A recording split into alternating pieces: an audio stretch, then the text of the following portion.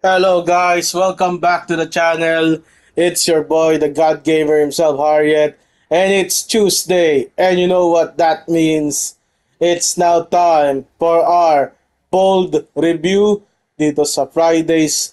No, I'm sorry. Dito sa Tuesdays, Taboo Tuesdays on BMX only on Harriet. And today we are taking a look at Kirot. Okay? This movie is starring JC Tan, Ashley Lopez, Renoa Halili, and Jen Rosa, who I think won the 1 million pesos sa Rainbow Rumble. So, congratulations to her, belated congratulations.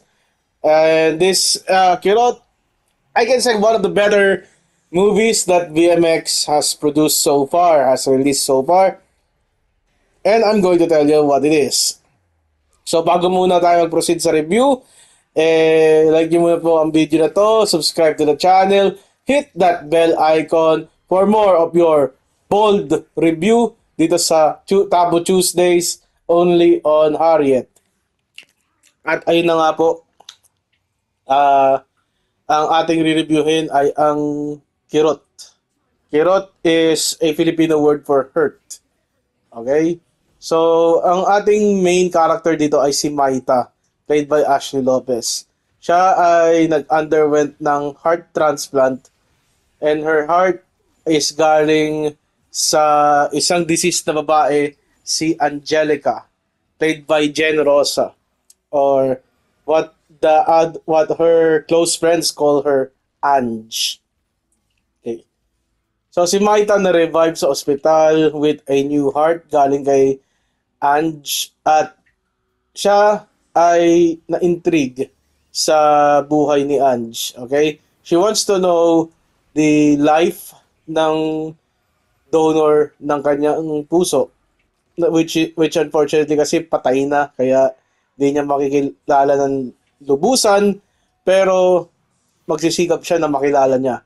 Okay? So natagpuan niya na si Ange ay isang adult film star, and she hosts some podcasts named Ange Podcast that tackles about sex, about intercourse. At dito, piece by piece, nalalaman ni Maita ang buhay ni Ange. So, ang una niya nakilala ay si Rico, ang tattoo artist. Yung tattoo artist, nakita niya nagtalik kay Ange, isang episode ng podcast, at dito si Maita ay pleasure ang kanyang sarili, pleasure. Okay? Which is to the chagrin nung kanyang magiging mapapangasawa. Okay? Yung kanyang mapapangasawa, he dislikes Ange kasi marumi. And it's like yung buhay nila is more on sakristan. Sa katotohanan, ang tatay ng mapapangasawa ni Ange ay isang pastor na nagngangalang Orly, Pastor Orly. And they frequently have this prayer sessions for the betterment of matrimony. Okay. Yun. So, Maita made contact with Rico. Si Rico, nilagyan niya ng tattoo si Maita, katulad nung kay Ange, isang anghel piercing through the heart. Pinicturan ito ng isang babae. She is played by Renoa Halili. Her name is Camille. And we find out she is a painter as well. At girlfriend siya ni Ange dati. Okay? At nalaman lang, pinilit kasi ni Maita, hinabol niya si Camille na burahin yung mga nakuha niya sa cellphone because it's not what it is. Kasi kakasal siya. And this is how Camille and Maita get to know together. And unti-unti nagiging curious si Maita sa buhay ni Ange, to the point na siya na mismo yung para mag-investigate ano yung nangyari kay Ange, what it was the cause of her death. Okay. So, ayun. Furthermore, during her curiosity with the fate of Ange, nagiging strenuous na ang relationship ng kanyang mapapangasawa at siya. Okay? When I meant strenuous is, kumbaga, unti-unting nawawasak to the point that Maita gave in to her sexual desires nung hindi siya pinagbigyan ng mapapangasawa niya, and she went to have sex with Rico sa gym. They were sparring, tapos naghahanap ng carriage ata si Maita na wag na ikasal as nagtalik sila. It was very, very passionate sex. May parang tipong yun lang yung first time na nagtalik si Maita sa buhay niya. Kasi sakristan sila eh. And parang ang punto dito, ang mga sakristan, may tinatagong libog yung mga yan. Kaya the most holiness have the most sexual desire, which carries on to the end of this movie. Okay, so if we move further to the movie, we know that Ange has a student named Angel at sila ay under the tutelage of one Peter Bueno. Okay. Sino si Peter Bueno? So siya ay nagmamay-ari ng studio na pinagtatrabauhan ni Ange dati at estudyante ni Ange si Angel. So yung tattoo na kinuha ni Ange sa dibdib niya is a tribute to her favorite student niya.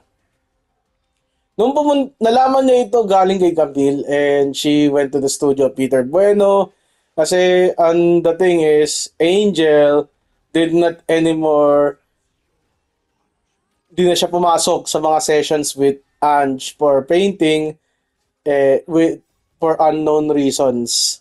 And parang Maita wants to get to the bottom of this kasi kay Ange yung puso niya eh. Yung kailan puso niya, I think it just feels to give her the sense of justice that she deserves. So pumunta siya kay Peter Bueno. And ayun, si Peter Bueno, hugas kamay, pero nakita ni Ange, ni Maita, yung mga papeles ni Angel, and natuklasan niya saan nagtatago si Angel. We find out that in the contest sa Bacolod, kung saan hindi available na samahan ni Ange, si Angel, ginahasa siya ni Peter Bueno. And this led, ni-record ito lahat ni Maita sa phone niya, and then, ayun, inon niya yung podcast ni Ange. Alam siguro ni Camille yung password nung account niya, kaya ganun. And then, ni-reveal that Peter Bueno was behind the molestation of Angel and possibly the death of Ange. Okay. And then Camille and then Maita had some victory segs. Tapos sinugod sila ni Peter Bueno.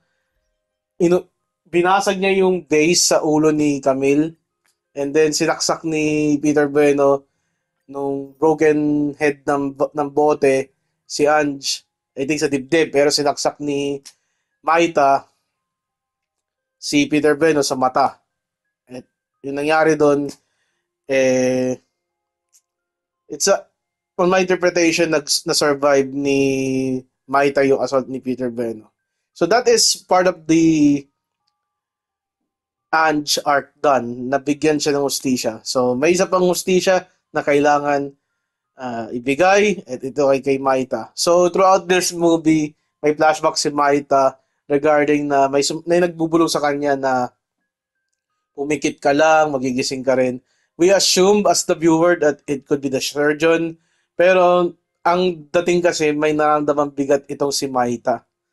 And we find out she confronted her family and her groom's family na ginagahasa siya ni Pastor Orly habang nasa ospital before undergoing the transplant. She was endowed with anesthetics pero nararamdaman pa rin niya yung bigat and the penetration na ginagawa ni Pastor Orly sa kanya. Which serves the lesson yung nga sabi, yung mga most holiness daw, yun yung may matinding para may mas malakas na desire. And because of that, I think this movie is peak. Okay? One of the better produced movies na pinakita ng Viva Max, ng BMX. So far, so good. And I think all the mature scenes really hit the spot dito. Lahat sila daring, from JC Tan, from Jen Rosa, from Ashley Lopez. Alam ko si Ashley and si Jen, they are no holds barred. Pero ang naglaking gulat ko dito ay si Renoa Halili.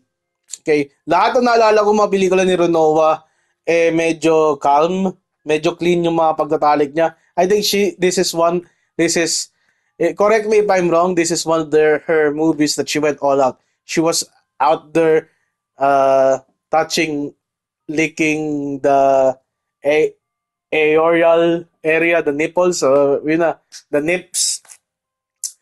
Parang may bago ako, and then I just said, wow. And this movie, it's a wow.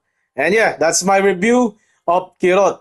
It's actually a Tuesday release, so I did not expect much, pero ang ganda ng dating eh. It's really unique.